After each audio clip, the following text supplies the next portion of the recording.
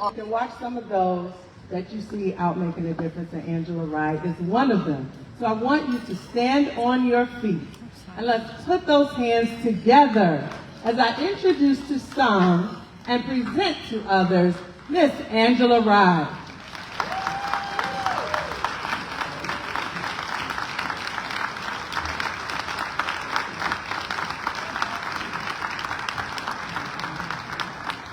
I would say good evening, everyone, but it's 9:05, so good night, everyone. Good night. I will not be before you all long. I want to be respectful of the time, but do want to talk about the fierce urgency of now, since that is the theme of this evening. Before I do that, I want to thank Jennifer, the lovely introduction, and all that she's done to put this event on. So if you could please give her a warm round of applause. I know y'all are tired of clapping, but if you clap like it's your child up here, your sister, your family member, I know y'all can do better than that. I'm not the only one that was raised in Black church. Thank you. Please also keep clapping for Stephen Mays, your president, and for the honorary chair and Gary's own mayor, the Honorable Eddie Melton. Y'all can do better than that for your mayor. All right. Very good, very good. And the First Lady. Give it up for the First Lady. She's dedicated to service and the list. Oh, they like her better, Eddie. What you gonna do? It's a pleasure to be here with you all, and I regret to say this is my first time in Gary. Oh, wow. That is not a good welcome.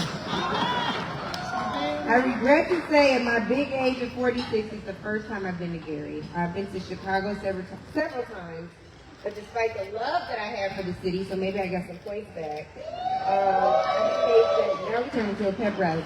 I hate that it's the first time that I'm here. I know that we need to talk about the fierce urgency of now, but I want to talk to you all most importantly about what is in the way of our now. Already, huh? So it's our inability to learn from our history, and in so many more instances, it's our inability to even study it. It's our inability to work together because we despise the methods, we don't agree on the means, we cancel each other before we can even turn the page to the end. It's our inability to have vision beyond the planks in our own eyes that blind us so that we think our neighbor has a splinter in their own to begin with.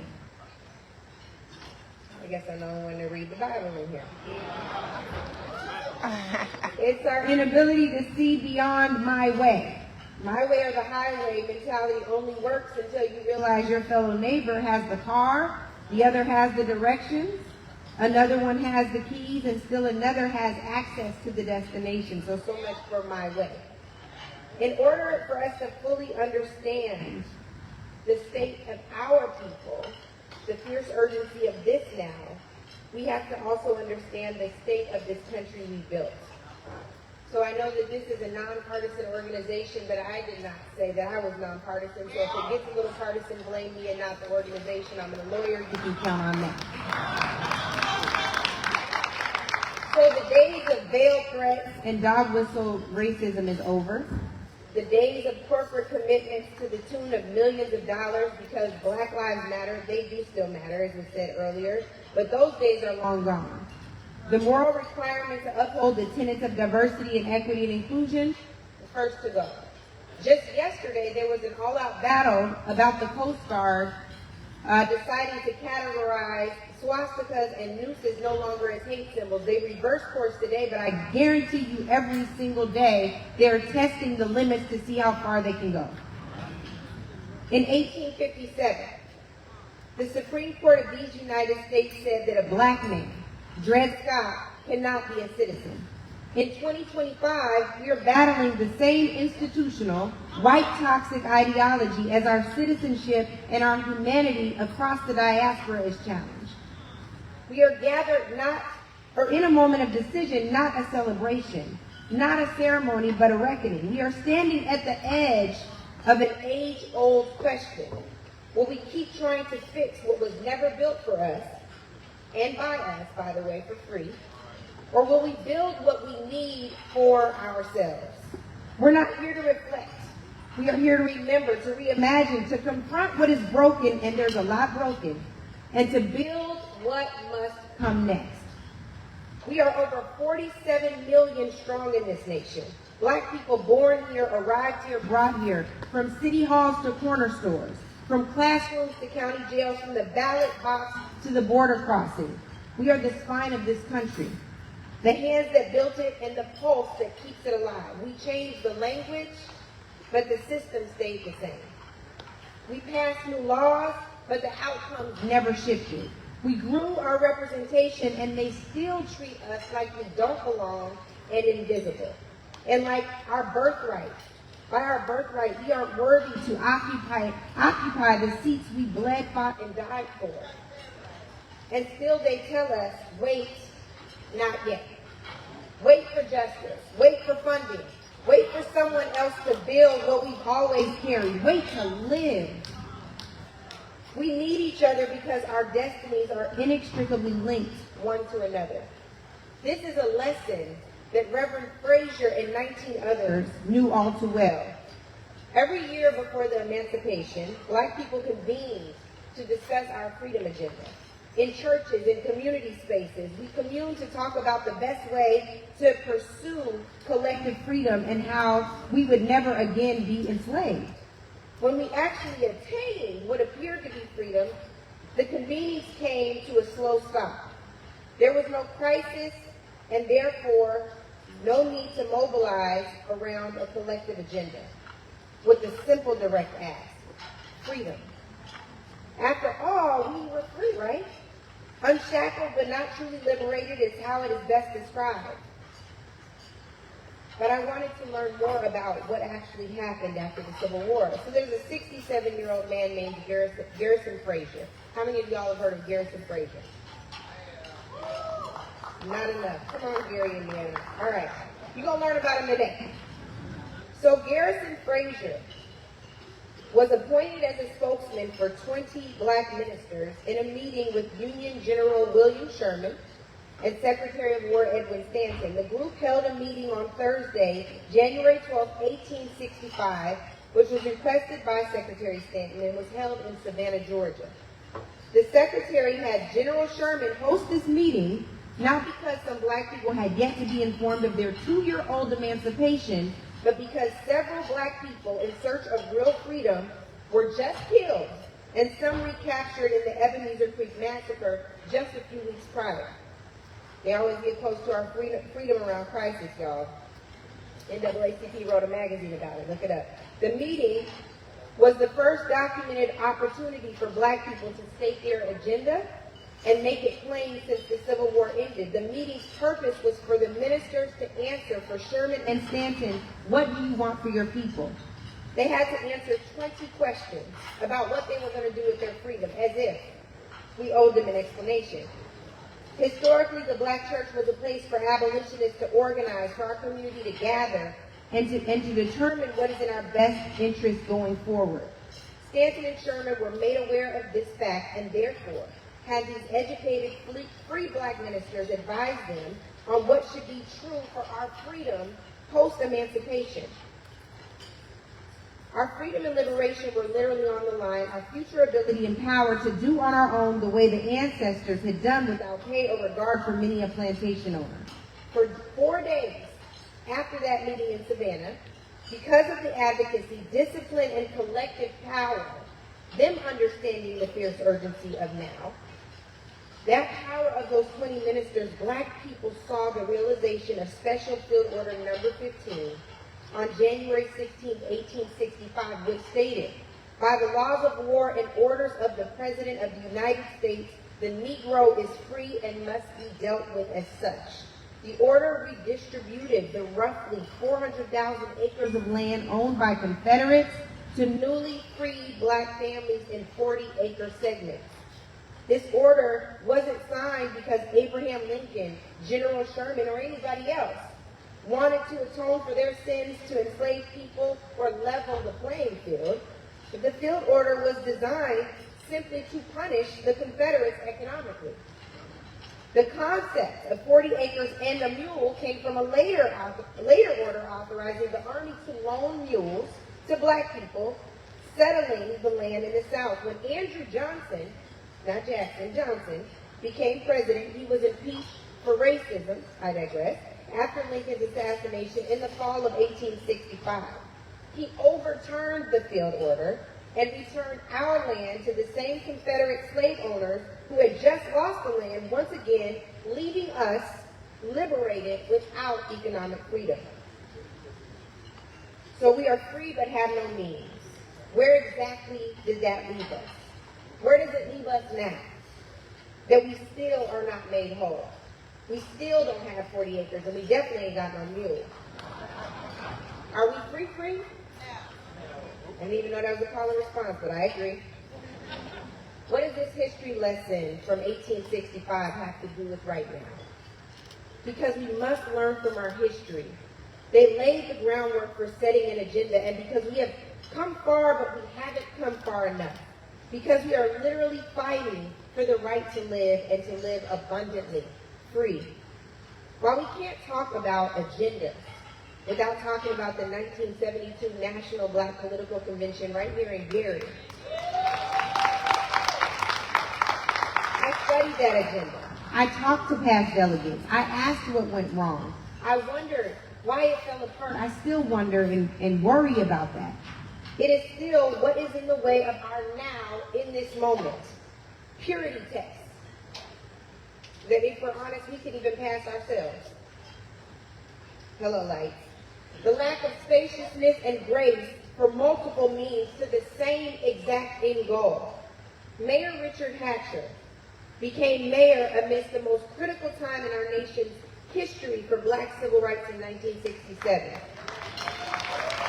Becoming one of the first black mayors of a major city alongside Carl Stokes in Cleveland. As mayor, there were some white folks that didn't want to see him win, including some elected officials. Before becoming mayor, Richard Hatcher fought for an open housing law, essentially preventing housing discrimination in Gary. He tried not once, not twice, not 3 times, not 4 times, not 5 times. With all of those times we were defeated. On the 6th time, he finally won. Gary became blacker, and the narrative spread that Richard Hatcher didn't want white people in Gary. So the state legislature broke the law, and eliminated the city of Gary's buffer zone, clearing the way for white flight from Gary into the town of Maryville. Now, I know y'all were celebrating them earlier. Things have changed, but that's how the city was established. Hello, lights. Every time we seek equity and parity for ourselves, there is a white backlash. But we still need and deserve and have earned our freedom. So in 1972, black people from across the nation converged on Gary. This was to be an opportunity, a convening for us to develop in earnest an agenda and arguably the political infrastructure for us. As Reverend Jackson said in his speech in Gary, he neither desired to be the gray shadow of a white elephant or the gray shadow of a white donkey. Bipartisan, in case y'all are checking. And yet here we are in Gary in 2025, the gray shadow. A wandering, agendaless people, because we can't support the agenda if I didn't write it. Here we are in the midst of a fascist, authoritarian regime seeking acceptance over liberation. Here we are seeking proximity to power over righteousness. Our agenda has changed very little over the last 60 years, and we can't align with who our leaders are to see it through. Whether we are talking about the agenda from Gary, the 61 recommendations that the Congressional Black Caucus gave to Richard Nixon, or the Covenant with Black America, or the agenda from Black to the Future Action Fund, or the 37 Black papers developed by 100 policy experts for our State of the People Coalition. Can't align. Documents all say the same thing. Can't get on the same page because I didn't write it. We are in the way of our now. I guess because it just ain't bad enough yet.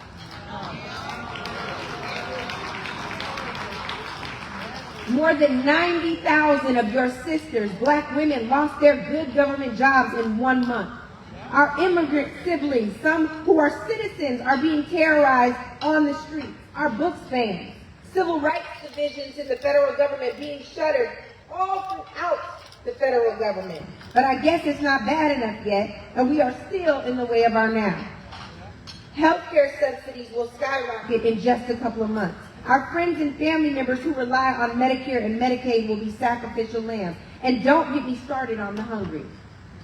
The folks who will be harmed the most by cuts to SNAP, first of all, are white folks, but the ones who are in our families will be forced to reapply as well, and we are still in the way of our now. Many of us knew this was coming, and we took action. I was inspired to travel across the country with some other leaders through State of the People, a coalition that included more than 200 local and national partners, including the NAACP. We went to 12 cities where we paid utility bills and gave away groceries. We visited the incarcerated and loved on our elders. We gave our children the books they said they cannot have, and we forgave those who trespassed against us because we deserve to be free. So my question to you all now is, are you ready to define freedom on your own terms? Are we willing to build without waiting, to fund our own institutions, to trust our own leadership, to build safety that doesn't require surveillance, because you know they're watching, to protect our joy like it's sacred? This is what they wanted for us in 1972, right here in Gary. We build power when we coordinate. We protect it when we invest in infrastructure. We grow it when we align. What we start here must outlive the moment. We must move resources, shift culture, and sharpen strategy. And that is what we witnessed when we built this big movement over the spring and summer. It is possible. And this is not a question of capacity. It is a question of will. It is a question of our willingness to tap into and walk in our divine authority. Will we keep shrinking to our power to fit inside someone else's system? Will we keep giving our innovation, creativity, and brilliance to those who will never honor us with the dignity that is ours? Or will we finally honor the full magnitude of who we are? Freedom is not out of reach, but reaching for it takes a memory that is deeply ancestral. To the continent where we were stripped from. It takes a plan. It takes each of us deciding that this time will be different. It must be different. Or as Iyanla said, not on my watch. Y'all gotta look up to me. So what do we want? We want safety we can trust. We want our own delegates, our own policy agenda, schools that tell the truth, land in our names, care without condition, power that doesn't vanish between election cycles, the right to earn, the right to rest, the right to dream, the right to decide what our futures look like and to live long enough to see them.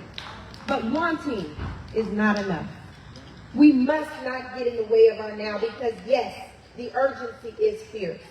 We must require more of ourselves than survival, which means we condition our minds to thrive because we deserve it. We must require strategy. From our veterans to our farmers, educators to students, elected officials to activists, and from our labor leaders to our corporate leaders. We must require coordination and collaboration and coalition building because our lives depend on it. When we are facing trouble on every side, like right now, ain't no room for my way or the highway. No room for ego. No room for petty beef. No room for age-old bitterness. When it all goes down, we are each other's keeper, the holder of the property, the produce, the protection, and the peace. We must require the courage and the trust to believe in each other more than we believe in any of these systems, because we are the builders. We always have been. Because what we build right now has to carry us further than we've ever been. And we are not going back. The time is now.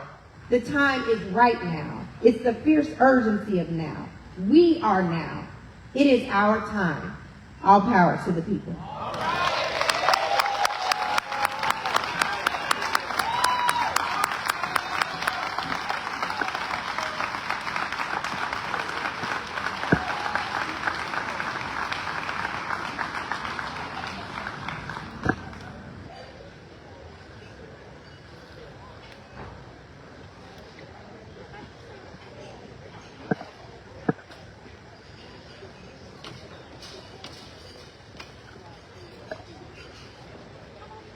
All right, let's give her another hand. I'll have our president come back up, as well as our dear mayor. If you can come up here as well. And Jana's going to be coming back up here as well. We have a presentation for you, Ms. Rice, so please don't leave the stage.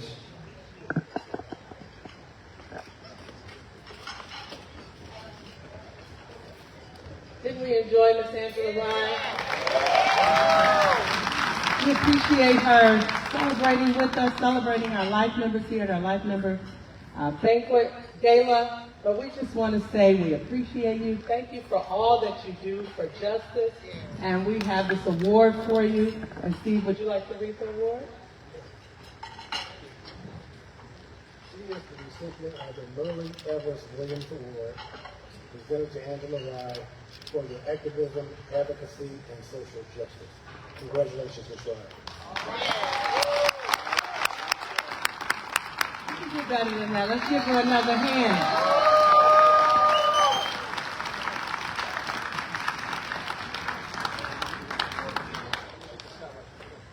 3, 2, and 1. Hold it.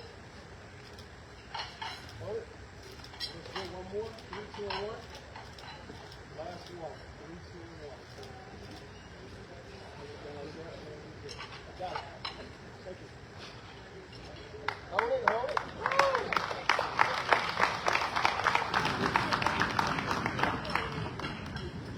So we're coming to an end. Are you all sad about that? But we do want to acknowledge some of our other constituents with the NAACP. I want to acknowledge Sadie Harper Scott, the Indiana State Conference President. You can give her a hand. Also, Mr. Theodis Pace, the Illinois State Conference President. We also have Crystal Ratcliffe from Indianapolis, the Indianapolis Branch President. And a close friend of ours, Mr. Wes Scully, President of Michigan City and LaPorte County. Thank you for being here with us on today. So now we're coming to an end, but we're going to get ready. We're going to call Mr. Dwayne Coleman Jr. If you look at the back of your booklets, your programs, you will see the Black National Anthem. And we have a tradition. We all sing it together. So we're going to have Mr. Dwayne Coleman, and he's going to start us off, and we're going to join in and sing it together. Let's give him a hand as he comes.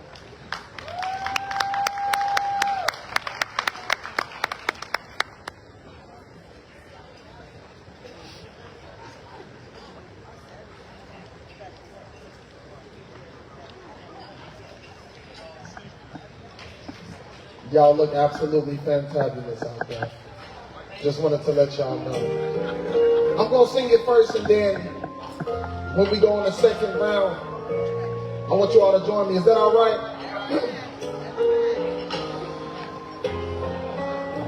Come on, put your hands together like this. Turn me up, son. Lift every voice and sing till earth and heaven ring with the harmony of liberty. Let our rejoicing rise highest the listening skies. Let it resound loud as the roaring sea.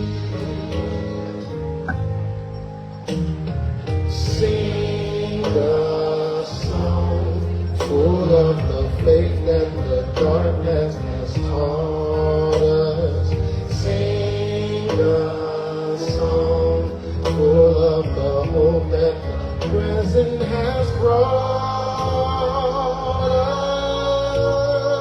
us, facing the rising sun. Another day begins. Let us march on till victory is won. Come on, sing it with me now. Lift every voice and sing. Y'all sound so magnificent.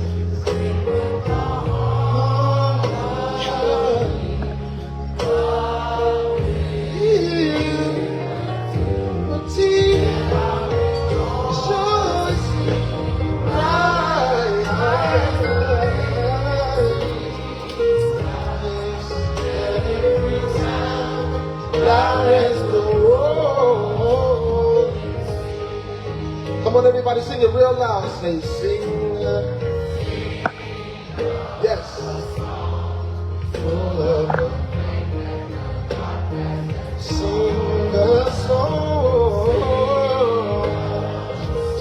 Yes.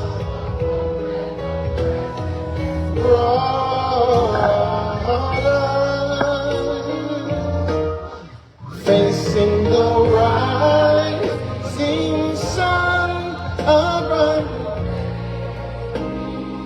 Let us march on, yes, till victory is won. Put your hands together for yourselves. Thank you all.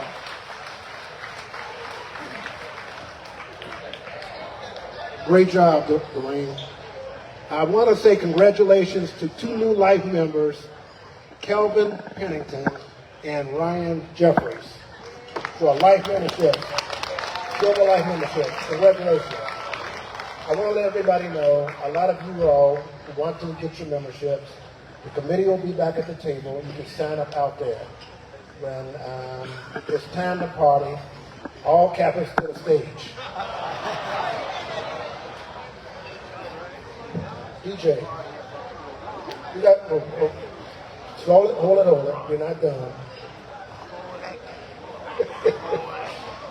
All right. You're dressed up.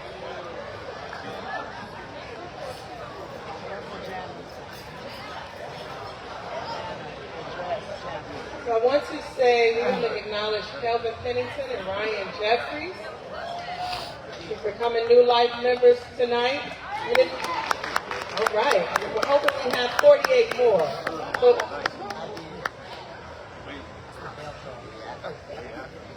I do believe Jared Crusoe, raise your hand if you become a life member tonight. Thank you. We'll make sure Jessica does it too. Thank you. as you exit, you can see the ladies at the registration table if you want to become a member. So we're going to have the benediction, and then we're going to have the music, and we're going to enjoy the rest of the night. So at this time, we're going to call Pastor Titus to come, and he will give us the benediction. Let's give him a hand.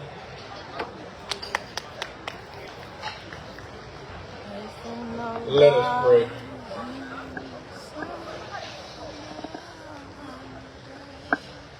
God, we thank you for the events of this evening. We thank you for the mission and the vision of this great organization, the NAACP. We thank you that they understand the cause and the call. We thank you that they are not complacent, but they continue to push forward. We thank you for their service, their vision of justice, and what this great country could be. Father, we thank you for all that gathered tonight. We pray that you would bless them, that you would continue to do exceedingly and abundantly above all that they could ask or think. We thank you for the traveling grace and mercy that you are bestowing upon them. We thank you for meeting their needs, for healing their bodies, and for calming their spirits. God, we just want you to know that we appreciate you. In Jesus' name we do pray. Amen.